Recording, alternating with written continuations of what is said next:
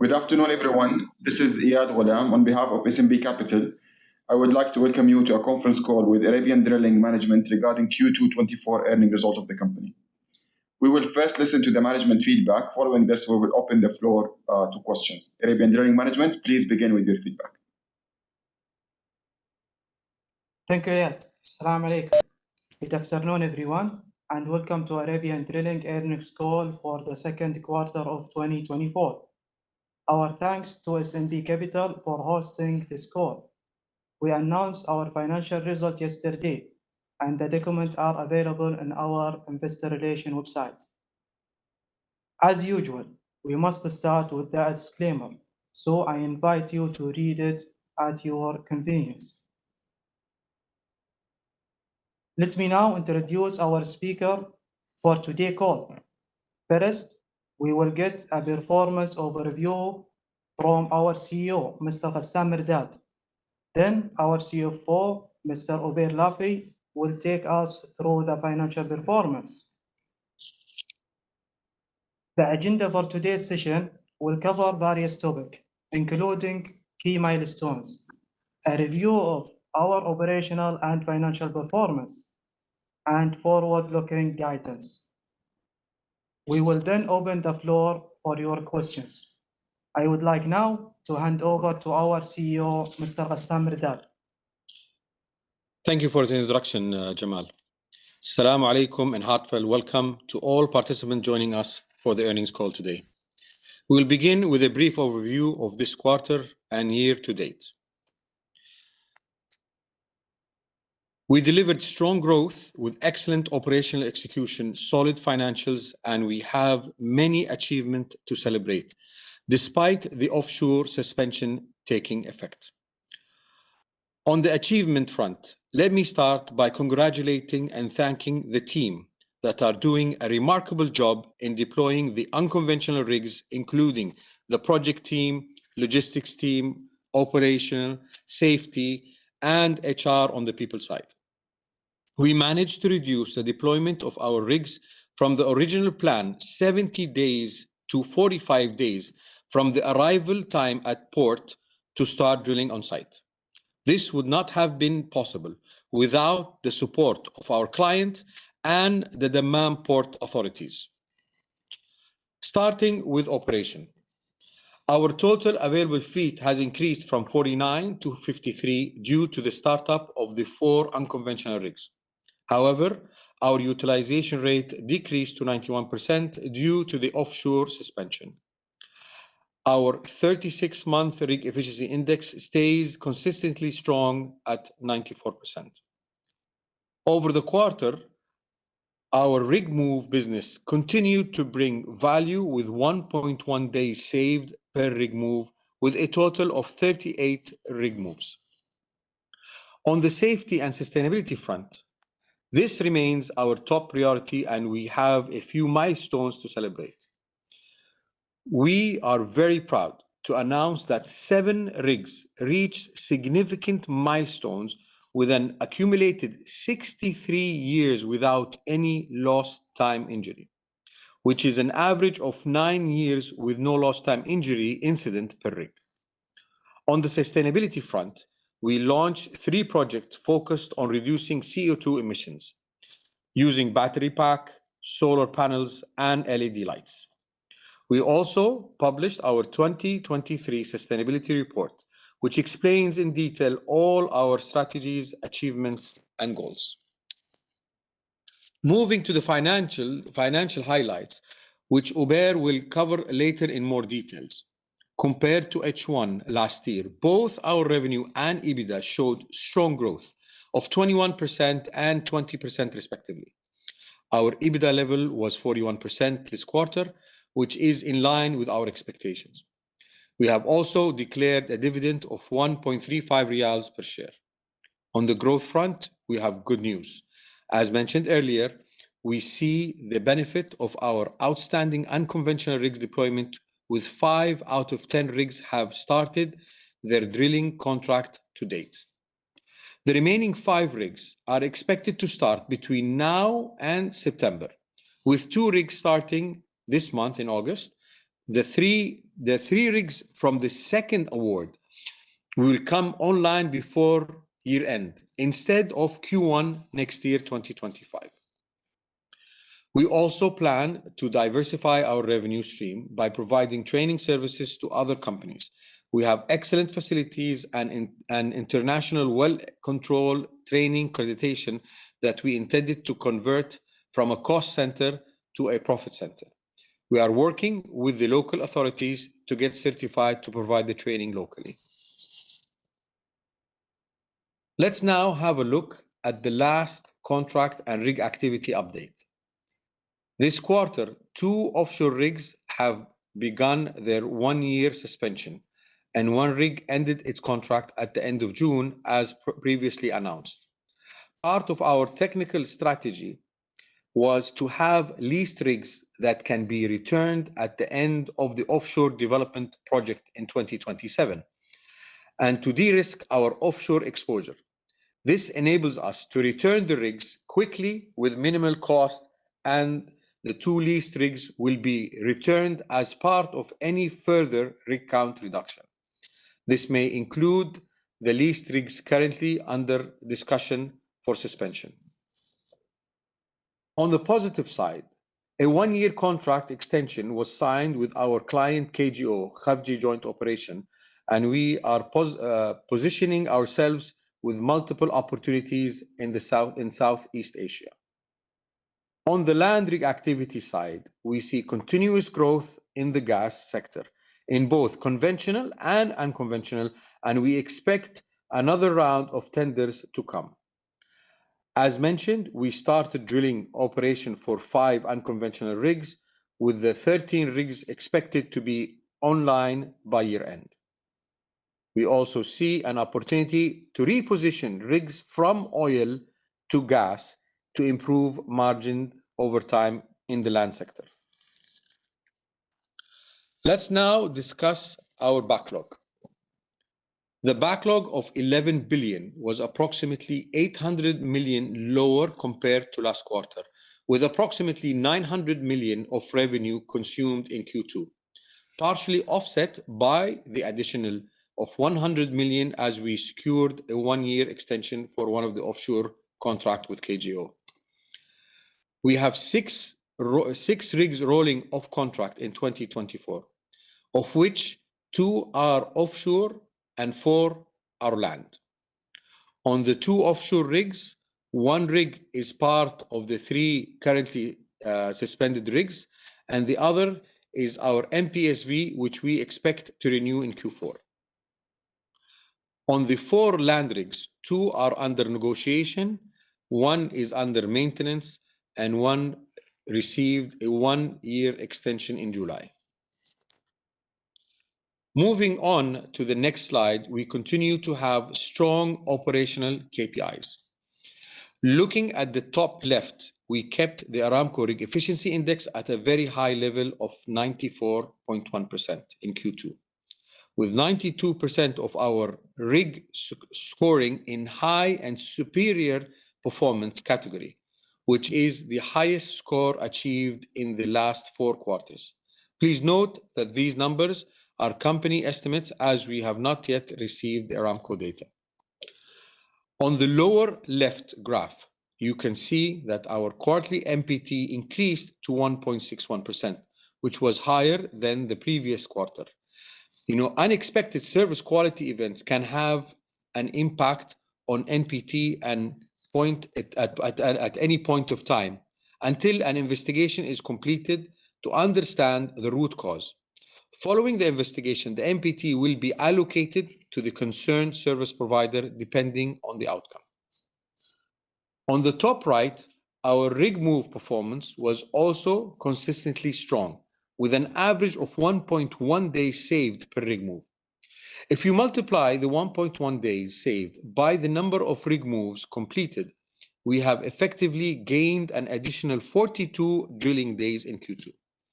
This proves again and again that OFSAT is a key enabler for our business. On the bottom right, you can see the 3 offshore rigs are now stacked 2 of these rigs are currently undergoing mandatory planned recertification activity and will be warm stacked until their next assignment. With that, I will now hand over to Uber to go through the financial performance. Uber? Thank you, Ghassan, and good afternoon to everyone on the call. First, let's have a look at some of the key numbers for the quarters. We stayed consistent in Q2, continuing our strong start to the year. We closed Q2 revenue with 939 million, a slight contraction of 3% compared to Q1. Our Q2 EBITDA was 386 million, slightly below that of Q1 by 5%, with a margin of 41% in line with our expectation. We saw some record high CapEx this quarter with more than 600 million spendings. Our free cash flow remains negative at minus 299 million riyal as our growth CapEx cycle is in full swing. However, our cash flow from operation before working capital change remains strong, slightly below 400 million per quarter. We are showing a return on equity of 10.1% based on our last 12 months net income over an equity position of 5.9 billion riyal. We closed the quarter with a net debt of 2.42 billion and a leverage ratio of 1.5 times, which is slightly higher than the 1.2 times of the last quarter. Now, let's get into a little bit more detail and have a side-by-side comparison, first quarter on quarter and then year on year. So let's look at the trailing quarter comparison, which is the upper graph. Looking at the revenue first, as mentioned, we see a slight quarter-on-quarter decrease of 3% from 967 to 939 million, mainly due to the offshore rig suspension of minus 33 million and partially offset by the startup of 4 unconventional land rigs of 14 million. Following the slight revenue contraction, EBITDA also decreased by 5% quarter-on-quarter from 405 to 386 million, mainly due to the suspension of the offshore rigs of minus 30 million, which was partially offset by the contribution and the mobilization cost deferral of the unconventional land rigs of about 13 million. For the suspended offshore rigs, we incurred in the quarter full cost due to some of the planned maintenance activities for equipment recertification that Ghassan has mentioned. Therefore, in the quarter, the revenue loss had almost 100% flow-through impact on the EBITDA in Q2. And we will start seeing the cost going down by the end of Q3 as we are downsizing the rig crew after the completion of the planned maintenance activities. In Q2, we have recognized a one-off non-cash asset impairment charge of 105 million to adjust the book carrying value of 1 land and 1 offshore rig. Our net income was therefore adjusted to exclude this impairment for like-for-like comparisons. In Q2, our adjusted net income decreased in comparison to the previous quarter by 14% from 146 to 125 million due to additional depreciation cost of 15 million and reduced financial income of 7 million as the excess cash is depleting. On the CapEx side, there is a 307 million or 100% increase in spending quarter on quarter, mainly coming from the unconventional land rigs worth 265 million, and it also includes offset rig moving equipment to support fleet expansion, as well as 1 land rig upgrade. Moving now to year-on-year H1 24 versus H1 23 comparison, which is shown on the bottom graph. Looking at the revenue first, we see a year-on-year increase of 21% from 1.6 to 1.9 billion, mainly driven by the contribution of 3 offshore rigs that were added to the fleet in Q3 of 23. Along with the increase of the revenue, EBITDA also increased 20% year-on-year, going from 658 to 791 million. This increase, which is driven by the revenue growth, is partially offset by the startup of the unconventional rigs, which was incurred in H1 24 for approximately 29 million. Now, excluding the startup cost, the normalized H1 24 EBITDA margin is approximately 43%. Moving on to the adjusted net income, we see a slight year-on-year decrease of 4% from 282 million to 271 million. The additional net income from the increased rig activity was offset by increase mainly in the net interest expense of 69 million, the unconventional startup of 29 million, as I just mentioned, as well as increase in staff costs of about 40 million, some of which is expected to ease off in H2. Now, to conclude, looking at the CapEx, we've spent 919 million in H1 24, about 137 million more than H1 23, and this was mainly driven by the unconventional rig expansion. In H1 24, we spent approximately 650 million with the unconventional rig that makes up roughly 70% of the total CapEx spent. And the total, bringing the total CapEx spent on this program to approximately 1.2 billion. Overall, if you look at the extensive 13 unconventional rig CapEx program, we estimate that the total program is around 2.1 to 2.3 billion, and therefore we have spent a little bit more than half of the program to date. As most of you know, Arabian Drilling operates on two different segments, which is land and offshore. In this slide, we look at each segment, focusing on the quarter-on-quarter and year-on-year revenue and gross profits. As a reminder, gross profits includes the direct operating cost of the rig, which also includes depreciation expenses, but does not include G&A nor interest or tax. So for the offshore segment, looking at the first graph in the top left, we noticed a slight decrease in the revenue quarter-on-quarter of about 8%, from 453 million to 419 million. And we also see a decrease in the gross profit of about 11%. Now, this was due to the suspension of 2 offshore rigs that were effective at the end of May. On the other hand, if we compare on the year-on-year numbers on the right side, we see a strong increase in the revenue of 31% from 601 to 872 million. And our gross profit has also increased by 32%, in line with the revenue increase and driven again by the contribution of the 3 offshore rigs that were added to the fleet in Q3 of 2023.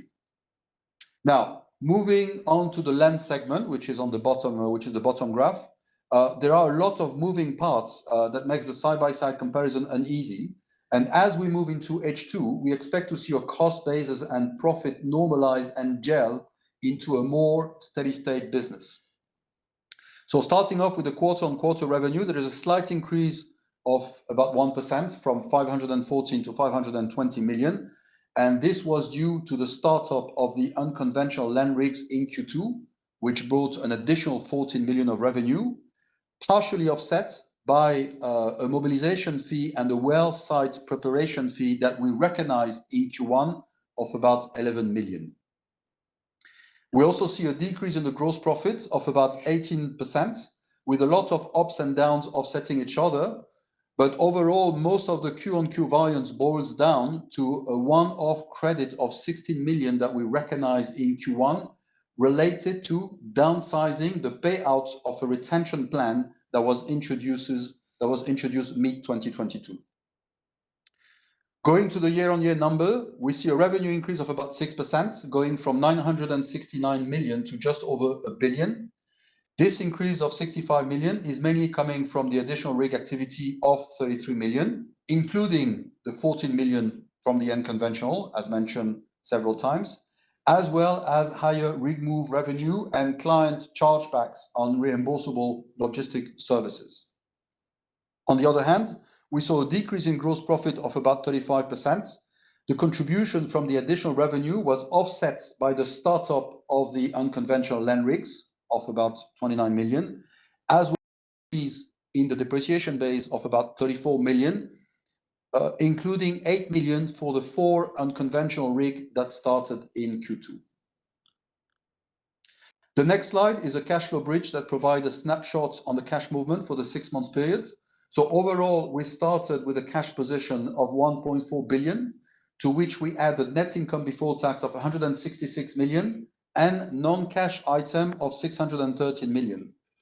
This was offset by capex spending of 919 million, of which 70% related to the unconventional rig, which is about 650 million. And then the remaining 269 million of capex include mainly offset rig move equipment, one land rig upgrade, as well as some facility and ERP upgrades. Now, we also paid out 225 million of dividends related to H2 23 periods, and we met our financial obligation with a repayment of 83 million on one bank loan, as well as the lease for the two offshore rigs. In addition, we had a 99 million net interest payments, which includes finance income from short-term deposit of approximately 18 million. Finally, the last piece of the bridge includes a net working capital increase of 174 million and other elements, mainly related to zakat and income tax payments for about 38 million. Moving on to the detail of our debt profile. Our gross debt position remained roughly the same during the quarter. We have a total borrowing of 3 billion, which is made up of 2 billion in Sukuk, as well as two bank loans of 500 million each. We started repaying one of the bank loans with a payment schedule of 25 million per quarter, and the repayment schedule for the second bank loan will start in 2025 with an additional 25 million principal repayment per quarter. The company net debt position of 2.42 billion has increased by approximately 665 million, or 38%. As mentioned earlier, our net debt to EBITDA leverage ratio has increased to 1.5 times on the account of cash allocations on the capex spending. Going forward, we are likely to draw on additional debt to finance the remaining unconventional program, and we already have a bank facility of 500 million secured at very competitive price. Consequently, our leverage ratio will continue increasing and peaking at around 2+ times. My last slide relates to 2024 guidance. At this point in time, we reiterate our revenue guidance, expect to be in the range of 3.6 to 3.9 billion, reflecting a year-on-year growth of 4 to 12%. This guidance factors in the suspension of the offshore rigs. We also reiterate our capex guidance with expected spending to be in the range of 2.1 to 2.4 billion as we continue to invest in the unconventional capex program. And as mentioned by Ghassan, we also paid out a dividend of 1.35 riyal per share for H1 24 with a distribution date of 22nd of August. This concludes my section, and I will now hand it over to Ghassan for his closing remarks. Thank you, Uber. In closing today's presentation, our key metrics and KPIs are in the green in H1, financially and operationally. Losing offshore contract is the nature of the beast in our sector across cycles. We had planned for this with the two leased rigs that can be returned quickly with minimal financial impact. We continue to monitor operational adjustment by Aramco impacting our sector, both offshore and land, and as mentioned in Q1, we always expected a softening of the offshore market in 2027 upon completion of Aramco's development project. The decision from our client accelerated the timeline, and our segmental mix is evolving as a result, with a greater land contribution and gas in particular. This will bring long-term sustainable in a sector that is crucial for Saudi's energy transition. We believe that gas will continue to grow, both on the conventional and unconventional front, and we are well positioned to capture it. Now is also a good time to shift our focus on consolidation, opportunities, and new revenue streams as our investment cycle is peaking with all 13 unconventional rigs coming online by year-end. As promised, we are set to deliver continuous top-line growth for the full year. I will now hand over this to SMB Capital for the Q&A session. Thank you. Thank you, Ghassan. Ladies and gentlemen, we will now start the Q&A session. If you wish to ask a question, please raise your hand or type in the Q&A box. Thank you for holding until we have our first question. Okay, our first question comes from the line of Ricardo Rezende from Morgan Stanley. Ricardo, please go ahead. Thanks for taking my question. I guess just following up on something that Ghassan said about Southeast Asia. In the past, you have mentioned Kuwait and Oman as well. So if you could just give us a little bit more color on the regional expansion, if there's any updates on the other GCC countries as well. And my second question is on the margin recovery. We know that margins have been pressured by the pre-startup costs on all the gas rigs that you got, and now with this phenomenal job you've been doing on the startup ahead of schedule, should we think about margins being back to normalized levels by the second half of next year? Thank you. Okay, so on the expansion, when on Southeast Asia, it was mainly on the offshore, and what happened is we had several meetings, we met clients, and we've seen good opportunities. The challenge is what we have now is you have a lot of rigs in the market. You know, when the suspension of 20 rigs, so there is a lot of available fleet at the moment to take. The challenge as well is when we try to look into, you know, going with alliance with the company. Most of the companies actually operate in Saudi, and as well they have suspended rigs as well. So they would more lean to put the rigs first. Having said that, we think we still have opportunities, but it's not as easy as it was at the beginning of the suspension. On the Kuwait, I think there will be tenders coming by year end, and I think we're set up to that we can participate in these tenders. The only for the tender that was there before, we were certified just after, we were qualified just after the tender was almost at the end of it, so we could not participate. That is on the expansion front. What the other question is on the margins. I think you're right, you have a very valid point. So at the beginning, you know, H1 they were covering most of the cost of the startup, and now starting the 5 rigs will ease up. I mean, even the 5 rigs that started, 4 rigs started in H1 and 1 just after H1. They just started at the end, so there's only 14 million. So, but we'll see in H2 better coverage with the 5 rigs and the remaining other rigs as well, and hopefully bringing the rigs that was supposed to start in Q1 next year to come this year as well by year end. So we'll see an improvement over there, and as well, in addition to the rigs, we have several cost initiatives that we're working on to improve as well, and kind of compensate for the drop of the offshore.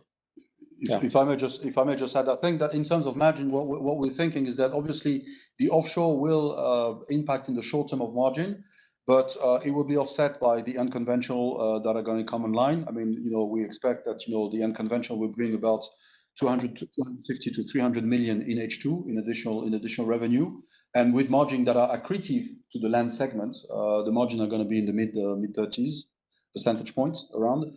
And then there are a number of cost initiatives as well that we're doing to reduce our cost basis. So all in all, we think that you know, the margin overall, we should see a contraction from low to mid 40s to low 40s. This is where we see where we're going to end this year. And this includes the 3 rigs suspended, and we're expecting 1 as well that is spending right now. So the 4. So still we are within you know, what we expect, you know, low 40s. Yeah. So based on what we know today, based on the information that we have, I mean, this is where we see the margin target by the end of the year. Okay, that was very clear. Thank you. The next question is from the line of Oliver Connor. Oliver, please go ahead.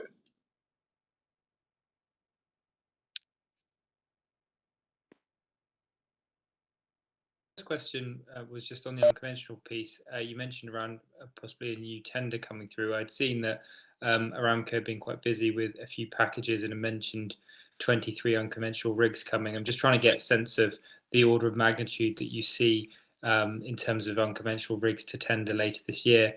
And then the second point is probably just more of a broader point on the sort of Saudi rig market. There's been a lot of chatter around more suspensions on jackups, and also potentially some suspensions on onshore rigs. Just trying to get a sense if you have a view on either of those in terms of direction of travel for the second half of this year. Thank you. Okay. As you're right, so we will see coming tenders for the unconventional. We don't know the size yet, but there will be like 1 or 2 coming in, maybe something in this year and early next year. In terms of suspension, we see that Aramco is going for a second round of suspension. We're expecting 5 rigs. 1 is coming towards our way. And on the land, there will be suspension on the land. However, it's all focused in the oil. On the gas is continued to be strong, and we expect even in the conventional gas that there will be more rigs coming. So in the oil front for Arabian drilling, I think we have good number of rigs that we can convert as well to gas conventional. So if that's the case, it's going to be more accretive. So it's good for us in that aspect.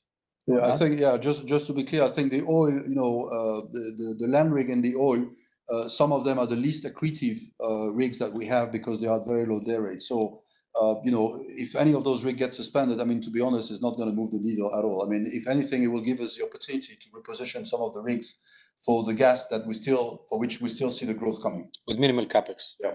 Minimal capex. I hope I answered your question.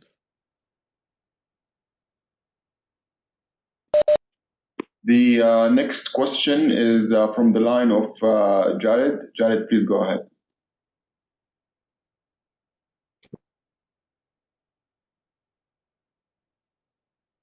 Slide 8 that 2 oil land rigs were released. I just want to get clarity on what that means. So does that mean they were working last quarter and they're not going to work this quarter? So that's the first question. The second question is, you mentioned that obviously there's a lot of jackups now in the market looking for a new home. Is selling your jackups to another player an option, or is that not an option? Thank you. So on the land rig, I think 1 will come back to operation end of the year.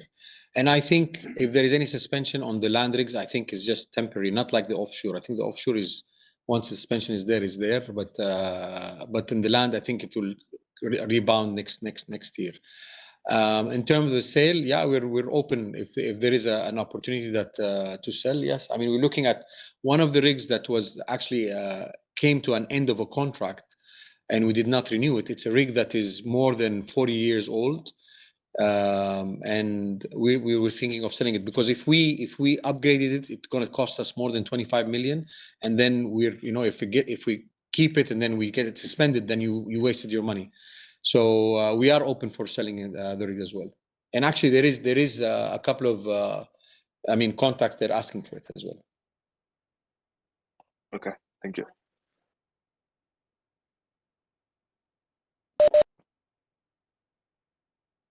Ladies and gentlemen, as a reminder, if you have any further questions, please raise your hand or type in the Q&A box.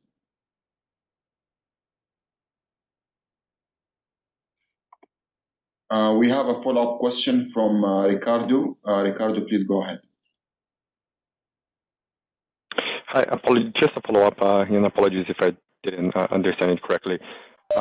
On 1 rig that you said that it might be suspended as well, have you already been officially communicated, or just by this stage of negotiations, you believe that the chances of having an additional suspension, it's highly likely? No, they just recently communicated to us, and we're just seeing the opportunity that we can keep it or not. So we're assuming that it's going to be gone, will be suspended. Thank you. The good thing is, it's going to go one of these leased rigs, so it's going to be minimal impact on the cost. Yeah. I mean, we're just going to execute the strategy that we put in place back at the beginning when we started leasing the rig, which was, to have a bit of a buffer in case of softening in the market. So now we're going to play this. Now we're going to play this card. I mean, if this rig comes out, then it will go back to the owner and with minimum impact. Just a follow-up question on this. What will be the cost of early returning this leased rigs? So contractually there is early cost which is going to be in the range of 10 to 30 million roughly. And this Depends. I mean, it depends when you exactly. I mean, you know, you cannot give a number until you know exactly when the rig is going to be returned, right? Because I mean, the more you use the rig and the less the early termination fee is, because the closer you are to the contract date, right? Yeah. So the cost that Ober is alluding to is when we received the rig, we did some upgrades. So this upgrades, you know, usually get the cost of that capex depreciated by the contract duration. So the more the rig stays, that means less. So This is for the assets, yeah. This is for the assets, not yeah. for the early termination fee. But from the three rigs that ended their contracts, two of them are leased, right? So two of them will be returned now, right? No. So for the three rigs that end their contract, none of them are leased.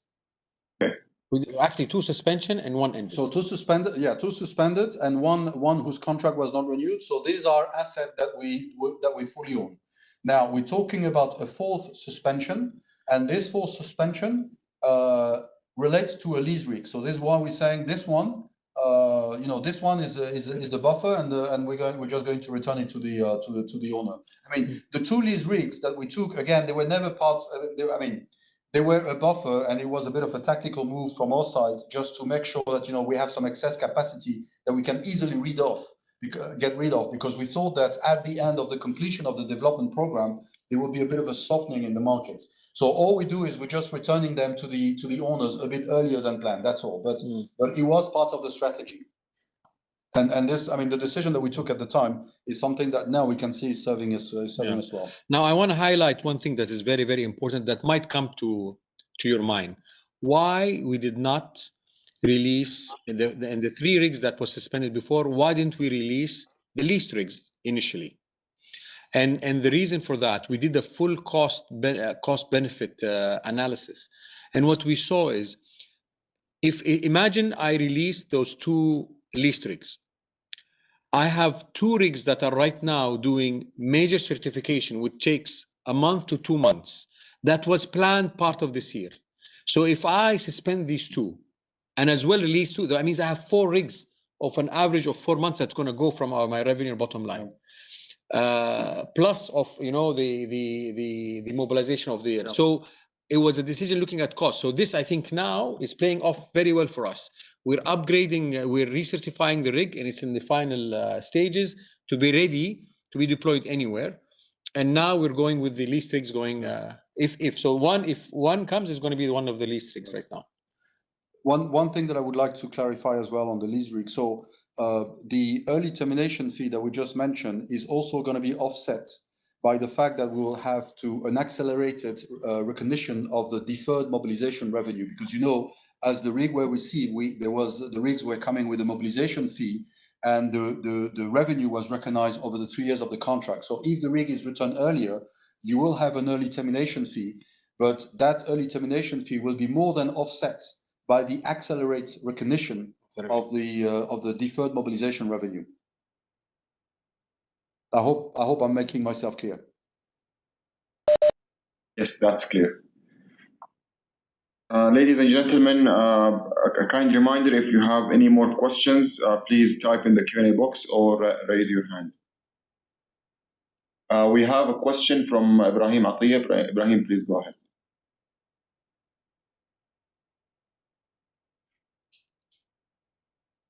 Thank you, Arabian, for the presentation. One question, or actually a follow-up question on why you suspended the owned rigs rather than the leased one.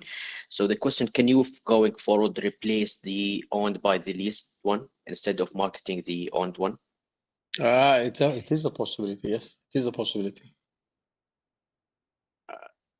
Is it into consideration to save on the cost? It is one of the outcomes that we might. It's part of the discussion that we're having. Yeah. Sorry, come again, please. It is part of the, one of the scenarios that we might execute and do. We just have to, the thing is, we just have to wait, because now Aramco is going for the second wave of offshore suspension. So we just want to make sure and gauge what's happening. You don't want to change and then stop again. So this is the only thing. But we're looking, you're very right. It's one of the options that we have. Excellent. One question on the the onshore market. And this is related to the suspension or possible suspension of onshore Yes. rigs. How easy is it to convert from conventional to unconventional, from oil to unconventional gas, etc.? Because based on my understanding, there are no much of a difference between them. You're very right. Very, very true. The only thing is how much horsepower is the rig. So if it was 1,500 horsepower, mainly it's an oil rig. The gas is 2,000 and more than 2,000 horsepower. And if you have a 2,000 horsepower, like today we have like I think three or four rigs that are in the oil that are actually can be going to gas.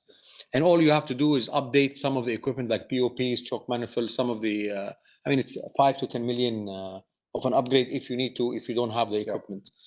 And it's very easy and it's fast. This is going to conventional. Now, unconventional, I mean, there is it's more capex, and you need to add the skidding package. Doable, but it's more cost, and it takes a bit more time. So, sorry, can you repeat the last point in specific? So, I couldn't understand it. Okay, so moving from oil conventional to gas is very easy. It's just you buy some more equipment to upgrade, as long as the rig is 2,000 horsepower or more.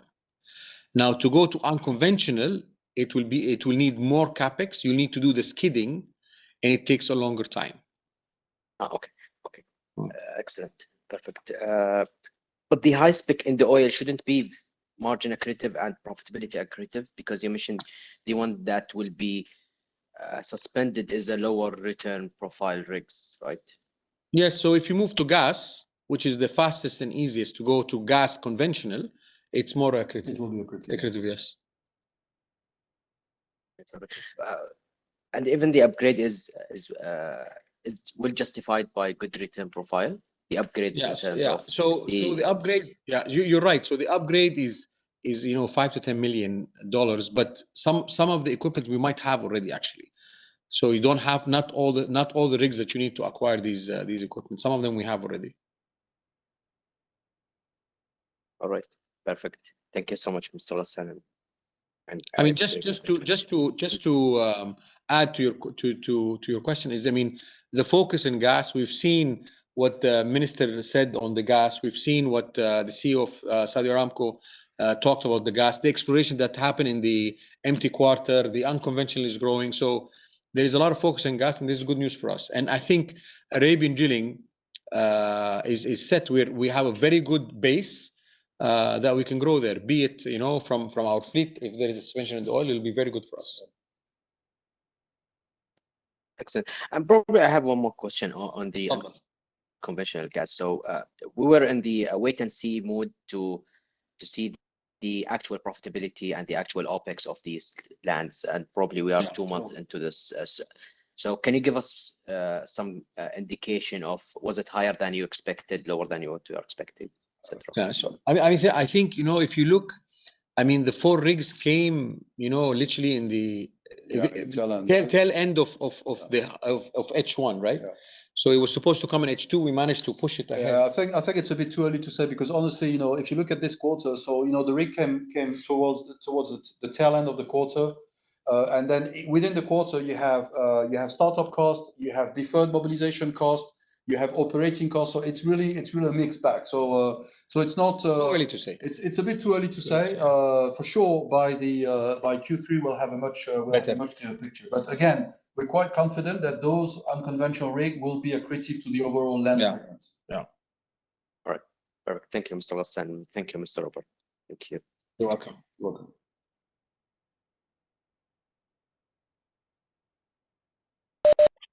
Is there any information about the second wave of the suspension? So how large is it? I mean, us as a contractor, we don't know, but I mean, we know one is coming our way, and I think what I know is like five offshore, and the land. To be honest, we're not sure. To be honest, yet. I mean, Arrow is 2, because this is public. They have Arrow disclosed 2. So if you say out of the 5, Arrow took 2, which is Valaris, and us 1, so that's 3. There is 2 more. So there is 2 more for 2 other drilling contractors. Yeah. And is it typical to have suspension in the onshore? On the onshore, I mean, usually this is not something that Aramco does very often. I mean, the only time we found suspensions was during COVID time, you know, and the land is a swing, you know. If you want to reduce OPEX very fast, you just stack this. But usually they won't stack it, and they will tell you, look, be ready to move fast. I mean, the unconventional, as soon as not unconventional, during COVID, I mean, it was very fast saying, get back now, you know. It was so I think if the suspension might come, it's not like the offshore suspension, you can, you know, kiss it goodbye. It's not going to come back. But the land, I think it will come back later on next year. I mean, we had during the COVID time, we had up to 9 land rigs being suspended from a few months to up to a year and a half, and all of the land rigs were called back at a point in time. Yeah. Now this was COVID, right? So it was a different environment. So how this is going to play out, we don't know. But historically, other than COVID, it never happened before. To the best of my knowledge, Yes. never happened before. Not to my knowledge. Prior to COVID, never happened before. Thank you so much. The next question is coming from Madhu Abisa. Madhu, please go ahead.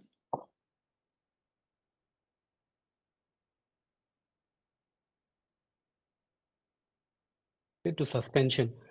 So you mentioned that you have already received notice for 1 rig suspension. So that makes in total 4 rigs.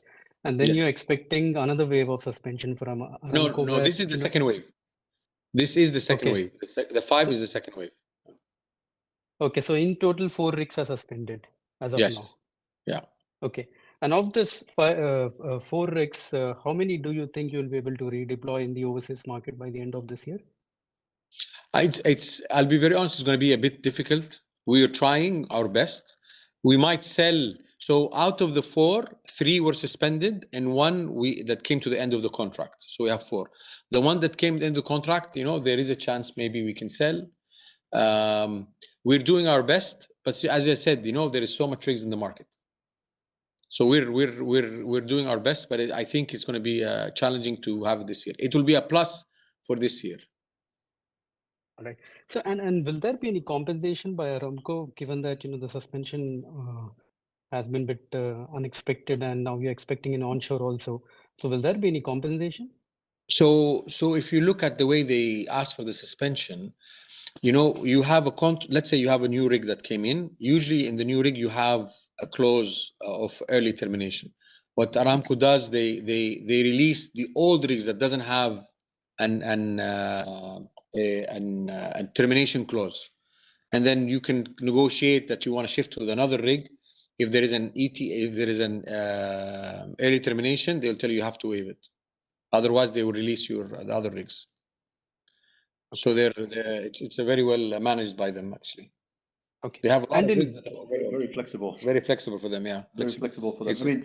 I mean, the suspension. I mean, the way it works. I mean, the only historical that we have on the suspension was during the COVID, and the way it works in the suspension and the way it is drafted in the current suspension, that in theory, the backlog is preserved, right? Because the duration of the suspension is added back at the tail end of the contract. So in theory, your backlog is preserved, and it's just a timing. It's just a difference in the timing of when you recognize your revenue. Now, practically. At any point in time during the suspension, they can still terminate the contract. So at this point in time, the backlog doesn't mean anything. But it's just that based on historical, what we've seen in the past is that the backlog was preserved, the rigs were called back from suspension, and then they continue the contract, you know, adding the suspension period in the contract time. Yeah, but keeping in mind for offshore, I don't think they will come back.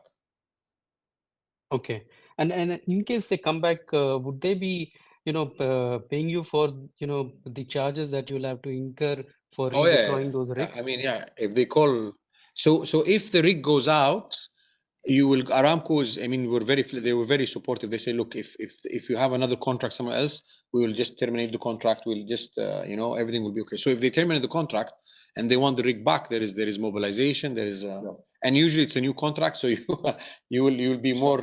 You got to start from scratch. Yeah. Okay, and Aramco recently decided to award for Jafurah Phase 2. 23 rigs are expected, and you mentioned that you're expecting only 1 to 2. I'm wondering why such a low number, given that you're Can you one of the repeat? leaders Sorry, in I onshore. missed. Maybe you Yeah, so misunderstood. Jafurah Yes. phase 2 plan has been initiated, and 23 rigs are Yes. expected to be awarded.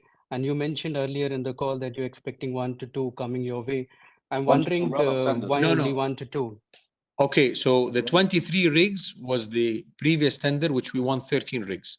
Now we expect 1 or 2 rounds of tenders coming our way, not 1 or 2 rigs.